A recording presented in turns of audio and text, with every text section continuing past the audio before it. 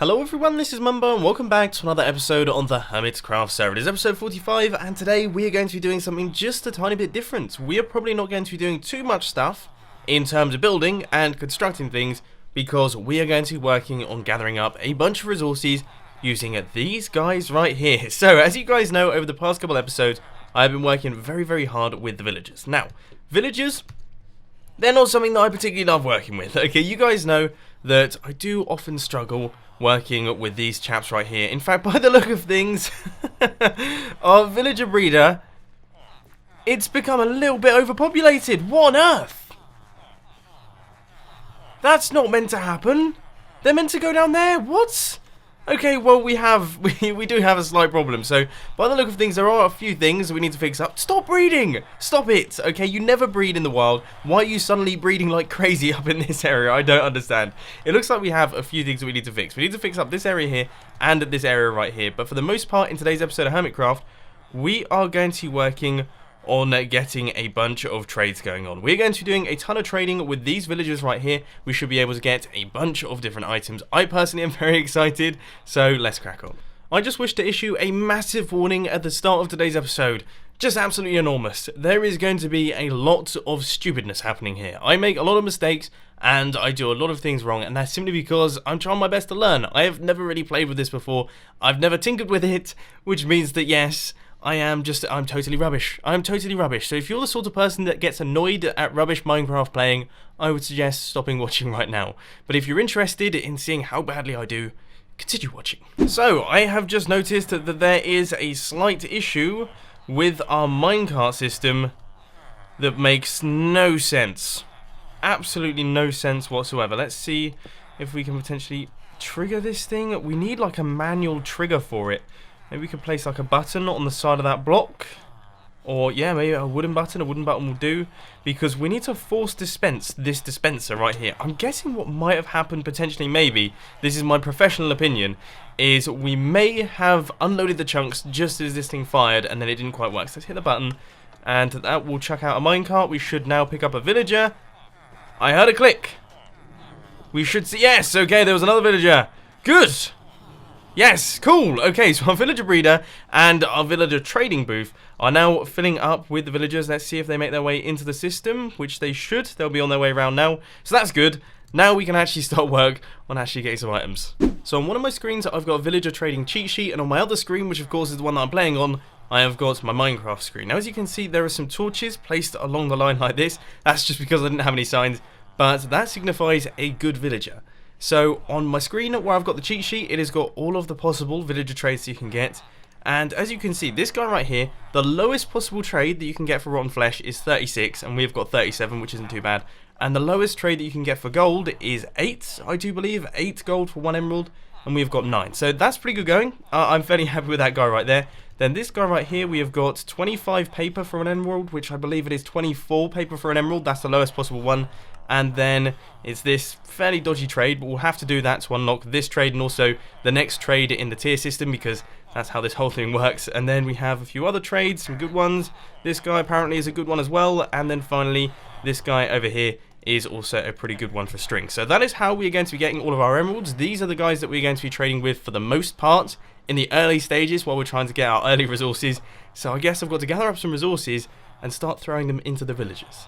This could get interesting. So I've now got a bunch of string on me. I just popped up to the olicopter, picked it up from the mob spawner. This was all of the string inside the system. I thought I had a lot more than this, but by the look of things I don't.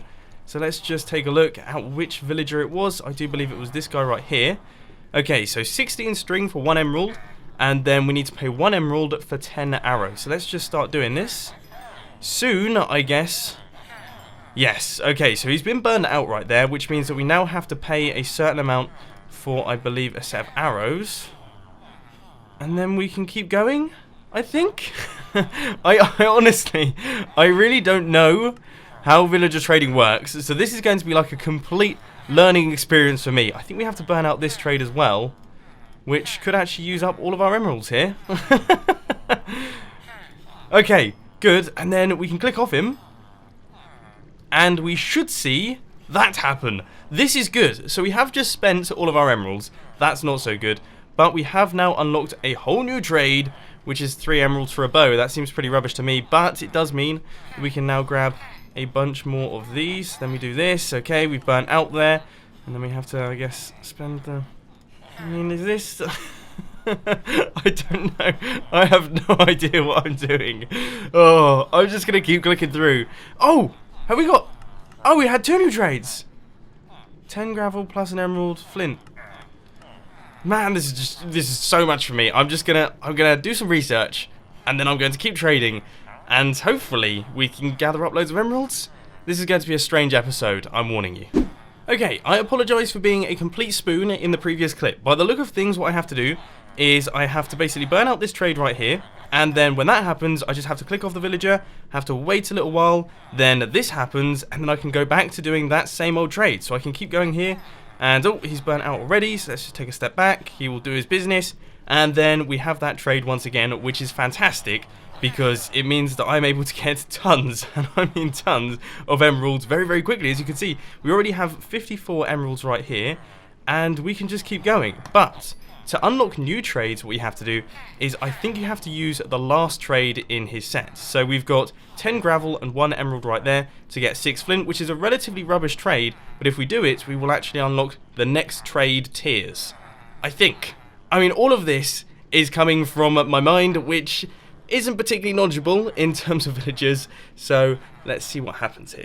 Okay guys, I've got a bit of a progress update for you. As you can see, we have got just over 1 stack of emeralds right now, and we've got a bunch of trading resources right here, and I'm now working with this villager over here, the rotten flesh one, and also our string one that we were working on for the first part of our villager trading. Now there is just one quick thing that I want to mention. I'm sure there's a lot of shouting going on down in the comment section telling me that I should have done my research on how villager trading works, okay? I should have done.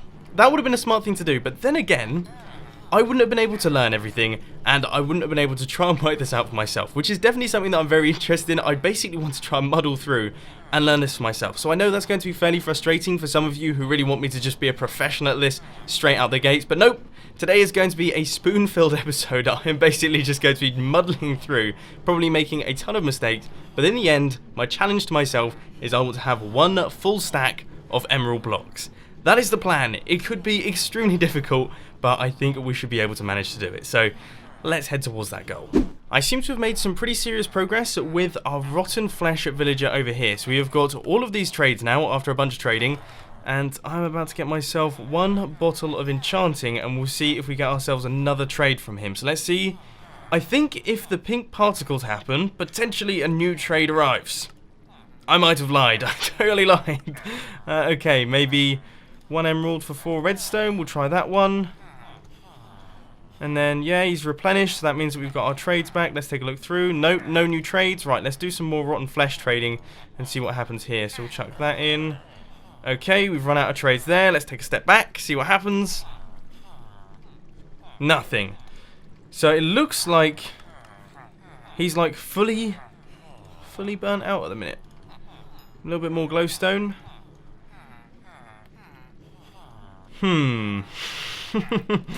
Oh, it might be time to do some research on this one. I might have to bite the bullet and try my best to work out the basics from Google, because I feel like we've hit a bit of a brick wall after about an hour's worth of trading. I don't seem to be learning anymore. I just seem to be getting a tiny bit more confused. Yeah, that's probably for the better.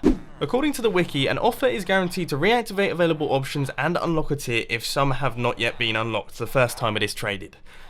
Now, I don't really know what that means, to be honest with you, but I think that basically means what I thought it did, which is the first time the last trade in the system is traded, it is guaranteed to unlock a new trade if it's available, maybe.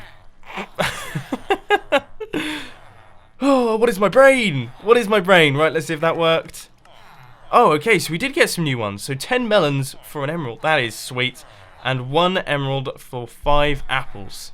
So how many trades do we now have? Because there's also a limit to the number of trades. We've got 1, 2, 3, 4, 5, 6, 7, 8. Alright, I think the farmer can have a very large number of trades. Honestly, I can't quite remember. Time to go back to my research. I have no idea if this is good or bad, but after all of my trading, I have managed to get all of this and also all of this. So I've got just under 1.5 stacks of emeralds, and I also have a bunch of other items and things, which I don't really need. I don't I don't know. What I'm going to do is I'm going to pop back up to the mob farm. There are still a bunch of villagers right here with a bunch of awesome trades. All of my trading so far has been with this Fletcher right here, a tiny bit with this farmer right here, and also a tiny bit with this rotten flesh one. So I'm going to pop back up to the top, bring more rotten flesh and also a bunch more items, and let's keep going. For the next few minutes, we're going to take a break from being awful at villager trading, and we're actually going to try our best to make the villager trader just a tiny bit more efficient. Because as you can see, we've got a bunch of villagers blocked up here, and we also, of course, have a ton of villagers in that area over there that are just filling up the breeder. So I think what I'm going to do is I'm going to actually take out this water stream right here. I'm going to allow these guys to wander about. We're basically going to try our best to push them actually into the system so that they make their way into the breeder itself. And then we're going to redirect the water stream so that it forces them to get into the minecart. But don't do that! Oh my word! Everything, all the time, always goes wrong, doesn't it? What can I even do? You guys missed it! I did some insane elytra flying right then. I basically bobbed up in the water, activate my elytra, flew across like that. It was absolutely insane. But we do have a slight villager problem right now. So what I'm going to do is I'm going to cover up this hole right here. I think that needs to go and that needs to go. So now hopefully none of these guys should be able to escape. Now we have to sort of break everything and make it 2 blocks wide so that the villagers get pushed into this corner, then they can get pushed into that minecart right there. I can feel this is going to work. Okay, so this current right here is going to redirect our villagers here, and then this current right here is going to direct them up here, and then, oh my word, I've done it wrong. And they are now pushed in the corner. And they're being picked up by the minecarts. Oh no. Oh, what is today? Seriously, what is today?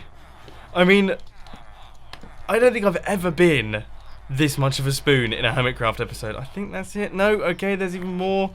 I can't even remember how this went.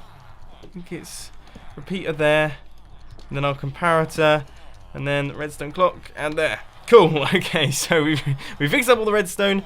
Our villagers are actually being picked up by the minecarts now, so I think that's now working. It looks like. Yeah, we've got a few villagers on the way. We've got another villager en route as well. Excellent news. This thing is filling up. Now I think it is time to actually get some help in terms of villager trading. I've been muddling through. I've been trying to work this out for myself, and quite frankly, it's not really working.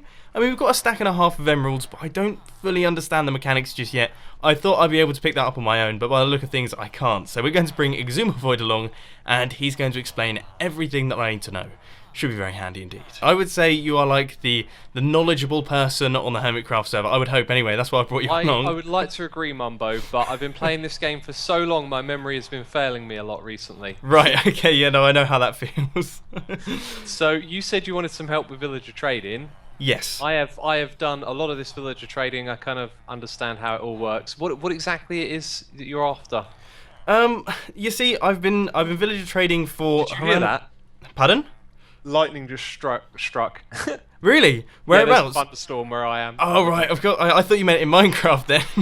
That was about 1 or 2 miles away. I've been having some crazy storms as well nearby me, so it seems like the whole of the UK is just being absolutely blasted at the minute with crazy weather. Yeah, that's it. I mean, typical English people just immediately getting sidetracked by the weather. I know, right? I know. We've been recording for what, like a minute, and we're talking about the weather. Yeah, straight away. It's just how it goes, unfortunately. But anyway, back to villager trading. Yeah, I don't really know how the whole system works. Now, I know this is like quite a big thing to explain for you, but like I've been doing some villager trading. So you can see I've got torches above some of my villagers right here.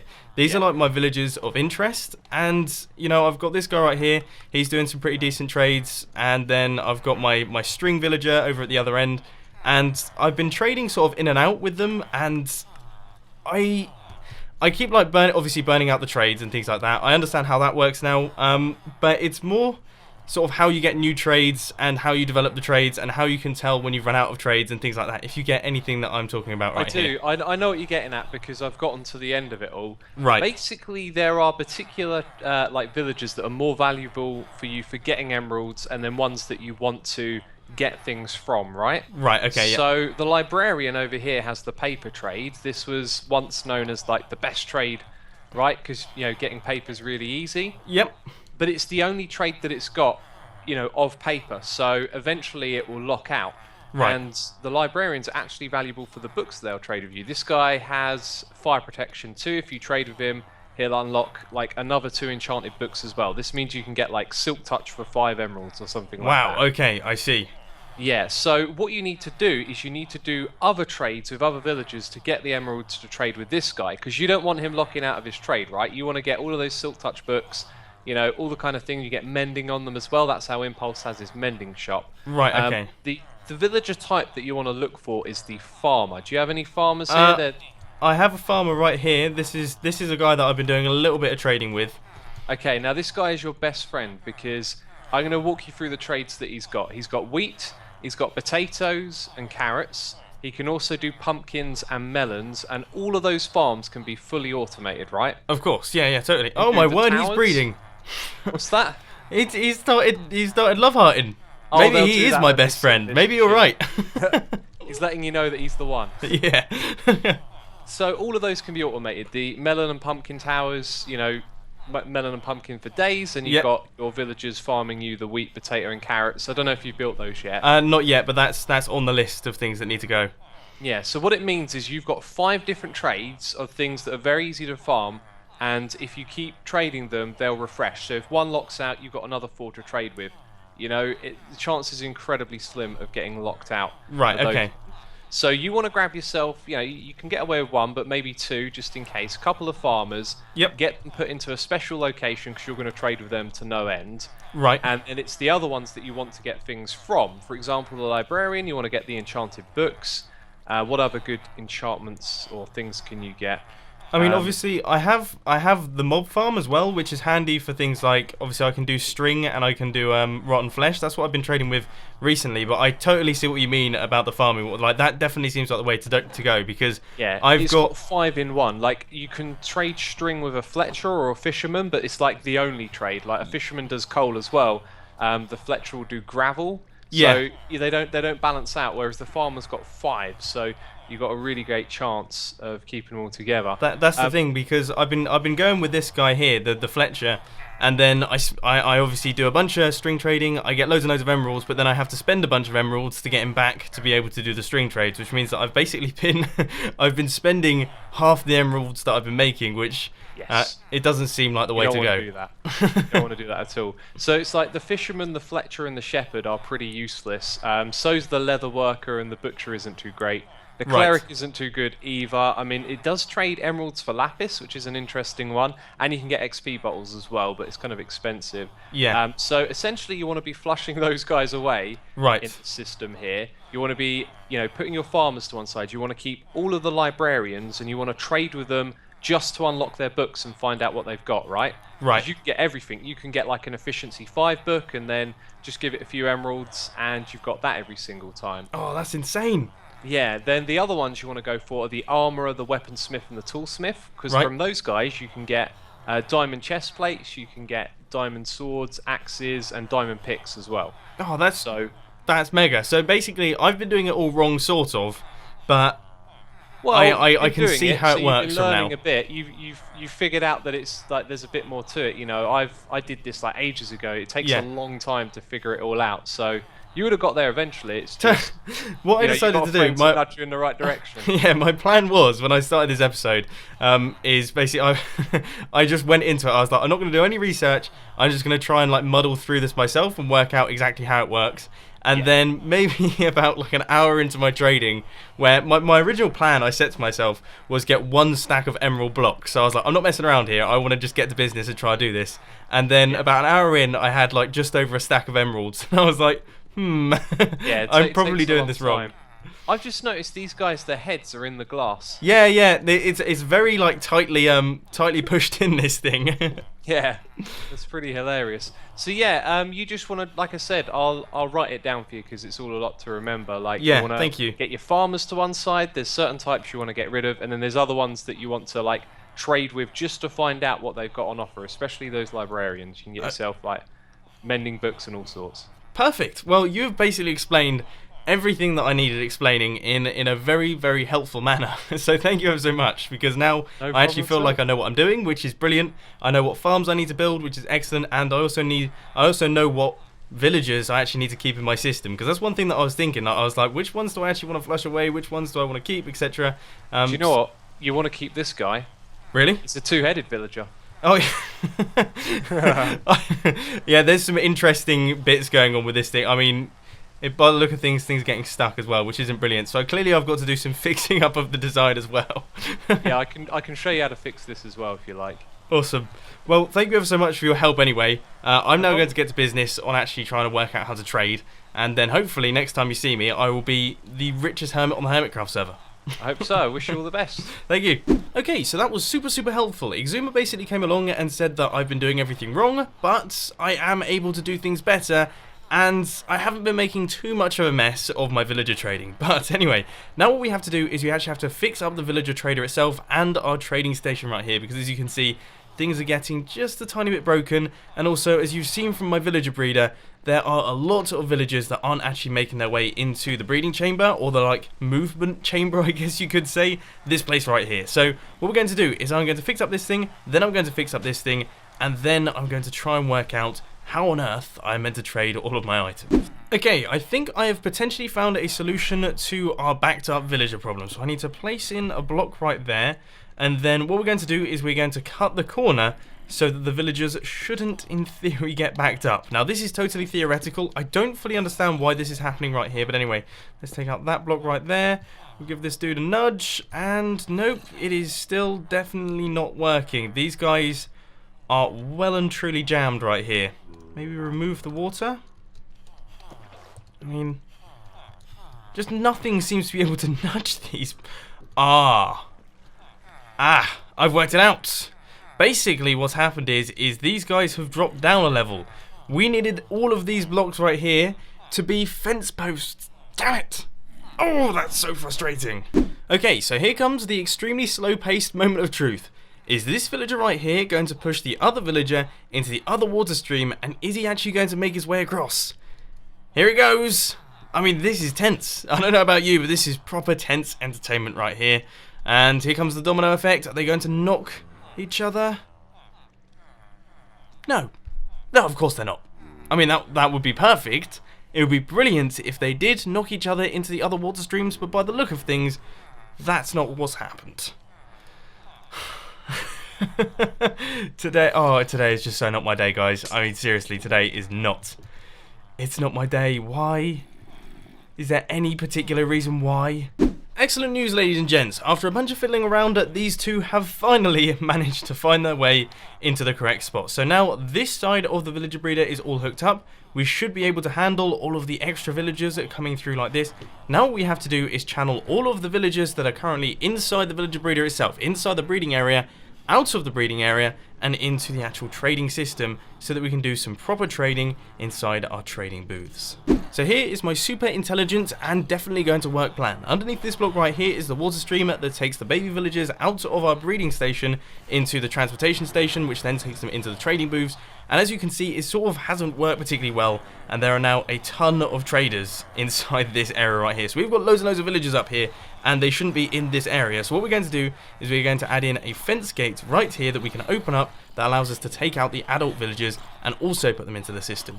Slight issue though, currently so many villagers that I can't actually place in the fence gate on this block. I just can't do it. They don't seem to want to move. And yeah, it seems to be totally impossible at this point in time. So hopefully these guys sort of move around a little bit over the next couple minutes and we'll be able to chuck them in. So finally, we actually managed to do it. We have got our fence gate in place, and now what we have to do is just flick this lever, and that will open up our fence gate, which should allow adults to then pass through the system and make their way down to the bottom, which it looks like is working. Yes! This is good. This is seriously good. So we have adults going through there, they're making their way into that system over there, and they should be going down into the trading booths, which is brilliant. And we will now be able to filter out a large number of the villagers that are currently in here, allowing us to only have a couple left over to do the breeding. And I guess we'll just have to do this every now and again when we get situations like this arising, because yeah, this really isn't particularly good. Look at this. It is absolutely glorious. We have got a beautiful large four-headed conga train going on, and it is making its way through the villager trading booths. So let's see if this corner is working. Yes, by the look of things it is. It's like a strange sort of villager conveyor belt gradually making its way across. This is like when you pick up your luggage from the airport. It's fantastic. Well, it was all going so well. By the look of things, they have now got jammed up where this sign is. I honestly, I have no clue. I have no clue how to actually do this. I'm a broken man at this point in time. I seriously am. I'm considering adding a water stream above all of the signs to see if that helps the situation, but I'll be honest, I don't know if it will. Oh, transporting villages is literally one of the worst things in Minecraft. I hate every second of it, and I wish that they could just be moved in a nice and sensible manner. Is that too much to ask?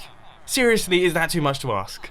So here comes the first test of the new water stream system that I've just put in place. As you can see, we've got a water stream up at the top there, and we need to make sure that this villager right here does not get stuck. I'm really nervous for this one, because if this works, then that means that the whole thing is going to work. None of the villagers are going to get stuck. If it doesn't work, then there is actually no way that I can fix this. There is absolutely no feasible way in which I can fix it. That's good! Yes, it actually works. Okay, so this new water stream system is now a functional system, which means that we shouldn't have situations like this occurring.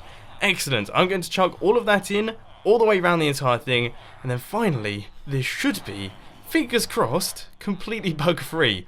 Although I'm not 100% certain. So we're about to do our first single villager test for our system. Now, if I sound a little bit defeated, it's because, to be honest, I actually don't think this is going to work. I seriously don't. I've been having so many issues with this thing that I don't think it's going to function. So let's give it a go. We'll put one villager into the system. Good. Okay, I don't think this guy's going to fall through. So that villager right there should make his way into a minecart at some point in the near future. Let's take a look at him right here. Cool, he is on his way. Oh, we've got two villagers coming through. One of them, I suppose, must have literally just grown up. So this guy is going to go through here. He's going to be picked up by the minecart. Good stuff. And now he is making his way into the villager trading booths themselves. Right, let's take a look. They're now both in the water streams. They're also doing some breeding, apparently. That is not the time. Okay, this is a scientific experiment. We're about to find out if these water streams are actually going to work and if they're going to make their way all the way around. So here comes the first one. This is the first challenge. That is somewhat promising. But let's see if the second one gets left behind. I don't know what to say. I don't know what to say. I don't even know what to say. I don't know what to say. Let me know down in the comment section how I should be able to fix this thing. I personally can't think of any way in which I can possibly do this. Unfortunately, ladies and gentlemen, I'm just done. I'm just done. I am literally just done. So I hope that you've enjoyed today's video. If you have, please be sure to hit that like button. If you really loved it, then make sure to subscribe. But thanks for watching, guys. This has been Mumbo, and I'm out. I'll see you later.